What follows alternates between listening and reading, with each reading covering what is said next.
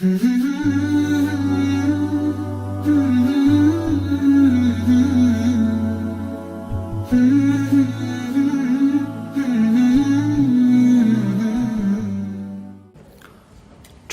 ya, dan selalu upayakan serta bekerja keras untuk itu. Memperbanyak amal saleh. Isi semua kantong-kantong kesempatan untuk beramal saleh dan jangan sia-siakan. Jangan hanya tahu menonton teman atau orang di sekitar kita panen pahala, sementara kita tinggal diam dan hanya tahu memuji orang lain. Saya kasih contoh. Kalau seandainya ada dua orang, si A sama si B, lagi jalan naik mobil. Si A pemilik mobil, si B orang yang numpang. Pas lampu merah berhenti, ada seorang fakir ketuk jendela mobil. Si A pemilik mobil menurunkan kacanya lalu mengeluarkan uang 10.000 atau 50.000 rupiah. Kira-kira kalau antum berada di posisi si B, apa yang antum lakukan? Hah? Kok diam semua ini? Kira-kira kalau antum di posisi si B, apa yang antum lakukan? Umumnya nggak masalah, jangan takut salah. Saya nggak siapin cambuk. Hah? Banyak orang melongo. Banyak orang mengatakan, ya sudah, kamu sudah kasih, ya sudah. Betul begitu? Baik. Tahu nggak kita teman-teman sekalian, pada saat kita di posisi B, hanya tahu memuji teman kita yang membantu, atau merasa cukup karena teman kita sudah bantu, kita sedang tonton dia untuk masuk surga. Sementara kita nggak masuk surga. Bagaimana bisa coba? Orang meramaikan buku amalnya dengan amal soleh, kita cuma tonton saja. Banyak orang bangga dengan amalnya orang lain. Ibu saya itu setiap habis sholat subuh baca Quran. Itu ibumu. Kamu bagaimana? Hah? Banyak orang begitu. Ayah saya itu dulu semua keluarga dibantu. Benar. Ayahmu sudah aman. Kamu? Kita bangga dengan amalnya orang lain.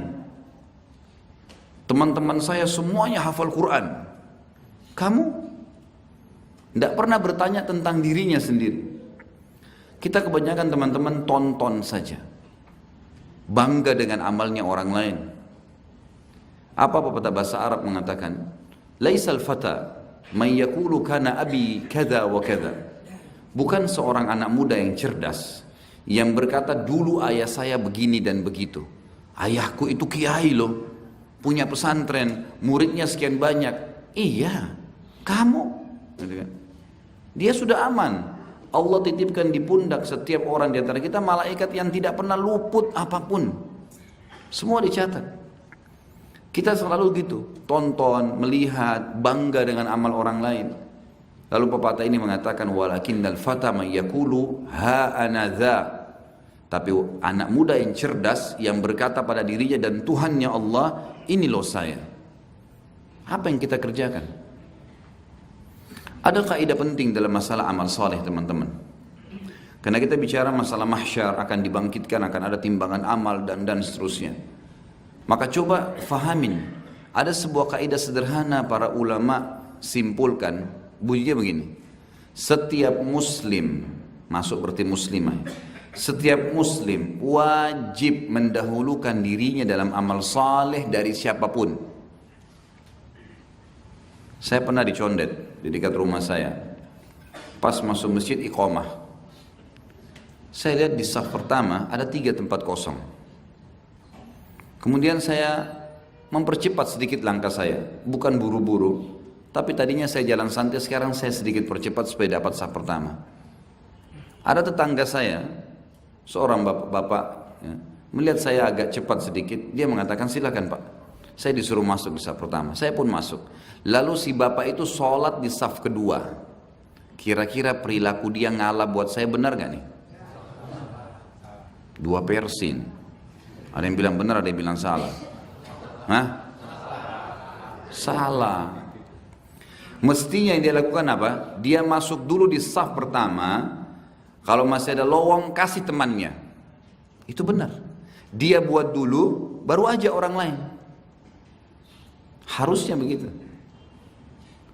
Ada banyak sekali orang berperilaku seperti ini.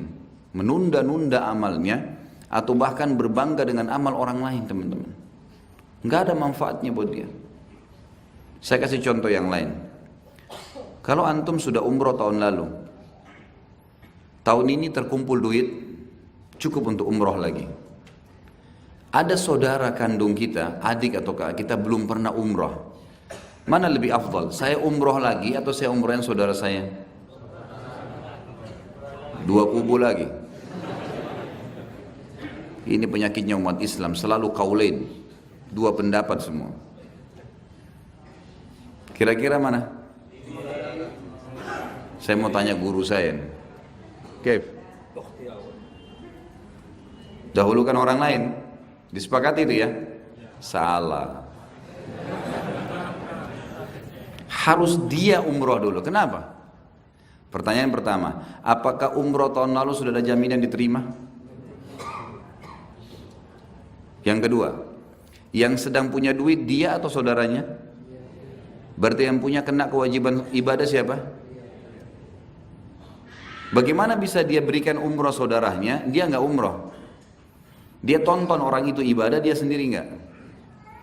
Yang benar, dia umroh lagi, ada lebih rezeki, ikutkan saudaranya. Nah itu betul. Harusnya begitu. Ini sebenarnya peluang-peluang ibadah yang banyak orang sia-siakan. Dia tidak ikutkan dirinya di ibadah-ibadah itu, padahal sebenarnya dia lebih membutuhkan. Tahu nggak teman-teman sekalian, kenapa setiap kali mau makan baca doa, setiap mau tidur baca doa, setiap mau keluar rumah baca doa. Hampir semua aktivitas keseharian kita diulangin selalu. Bismillahirrahmanirrahim, la haula wa la quwata illa billah pada saat keluar. Bismillah pada saat makan. Bismikallahumma ahya wa amut pada saat mau tidur, dan seterusnya. Doa-doa semua. Kenapa kita nggak baca sekali aja seumur hidup? Ada yang punya jawaban? Hah? Semua sebanyak ini gak ada punya jawaban? Masya Allah. Karena buku amal kita setiap hari ada lembarannya. Amal antum yang kemarin udah dicatat kemarin itu. Hari ini, besok, dan seterusnya. Makanya terulang terus. Allah hubungkan itu dengan kegiatan kita sehari-hari karena memang kita butuh dengan tambahan amal. Oleh karena itu teman-teman, jangan pernah cukupkan diri dengan oh saya sudah pernah lakukan, oh saya sudah pernah begini. Kata Nabi SAW dalam hadis sahih riwayat Imam Ahmad, janganlah kalian berkata dulu saya pernah sholat malam. Dulu itu. Dulu waktu saya umur 20 tahun, wah luar biasa, setahun penuh saya sholat tahajud. Aman itu, udah dicatat kok. Sekarang, besok selama kita masih hidup, setiap hari ada buku lembaran amal nih. Jadi dari apa yang saya sampaikan dalam pembukaan ini teman-teman sekalian, saya mengajak diri saya dan anda sekalian untuk fokus mengisi kantong-kantong amal di depan mata kita. Banyak. Jangan cuma tahu ngomong. Imam Malik rahimahullah ditanya, saya pernah jelaskan ini, ditanya oleh muridnya tentang fadilah membebaskan budak. Beliau tidak jawab 2 bulan. Diam menjawab. Setelah 2 bulan baru beliau bilang, siapa yang tanya 2 bulan lalu tuh? Imam Malik tahu, 2 bulan lalu tentang masalah fadilah membebasin budak. Kata muridnya satu orang di belakang saya, Imam, baik. Dijawab sama beliau, fadilahnya begini, fadilahnya begini, fadilahnya begini. Di antara hadis yang beliau sebutkan adalah siapa yang menolong orang yang terlilit utang, mujahid, dan juga orang yang ingin membebaskan diri dari budak, keterbudakan, namanya mukatib, maka dia akan dapat naungan Allah di hari kiamat dan tidak ada naungan kecuali naungannya. Setelah selesai, kata muridnya, wahai imam, kenapa 2 bulan anda baru jawab? Kata Imam Malik, selama 2 bulan saya kumpulin duit dulu. Kemudian saya beli budak, saya bebasin, baru saya suruh kamu. Kerjain dulu. Kabura maqtan indallah yang taqulu ma la taf'alun. Berat di sisi Allah, kamu cuma mengucapin tidak mencontohkannya. Harus diamalkan. Jadi kalau nanti semobil sama teman, ada fakir miskin lewat, rebut sebanyak mungkin pahala. Udah tahu nih akan ketuk pintu kaca, tuh orang miskin tuh kita bantu yuk. Sudah ada pahala amar ma'rufnya. Dia buka jendela kasih sedekah, kita juga kasih sedekah. Kalau udah duluan ini titip ya, kasih. Mungkin dia kasih, kita dapat bagi pahala sedekah kita dan pahala sedekah dia. Daripada ya sudah, kamu sudah kasih sudahlah. Terus menerus tonton orang berbuat baik, nggak ada gunanya. Kadang-kadang ada ikhwah gitu, pergi pengajian. Seringkali diingatkan sama temannya, hari Selasa ada taklim tuh di Al-Fatah. Dia bergantung sama temannya, tunggu diingatkan. Kalau temannya lupa ingatkan, kenapa ente nggak ingatin? Gitu. Jadi dia menggantungkan temannya supaya panen pahala. Kenapa bukan dibalik, antum yang undang dia? Bergantung, sudah gitu dia tidak datang menjadi salahin lagi temannya. Kenapa ente nggak hubungin anak gitu? Ini dalam bahasa Arab dikatakan akhashafan wa su'akila. Jadi orang Arab dulu punya sebuah pepatah, kalau ada penjual kurma, dia taruh di depan kurmanya bagus, di dalam kurmanya buruk. Pada saat dibungkusin orang, kurma yang buruk nih yang kering dikasih orang, kemudian pada saat ditimbang, timbangannya kurang lagi, jadi dua keburukan.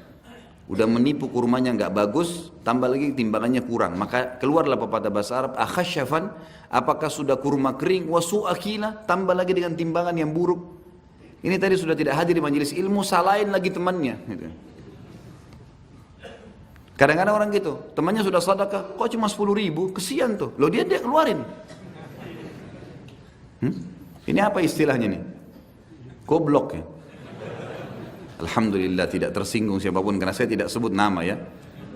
Tapi kalau antum ingat Ustaz Khalid bilang goblok nih, akhirnya tidak mau lagi kalau tidak nyumbang. Harusnya begitu.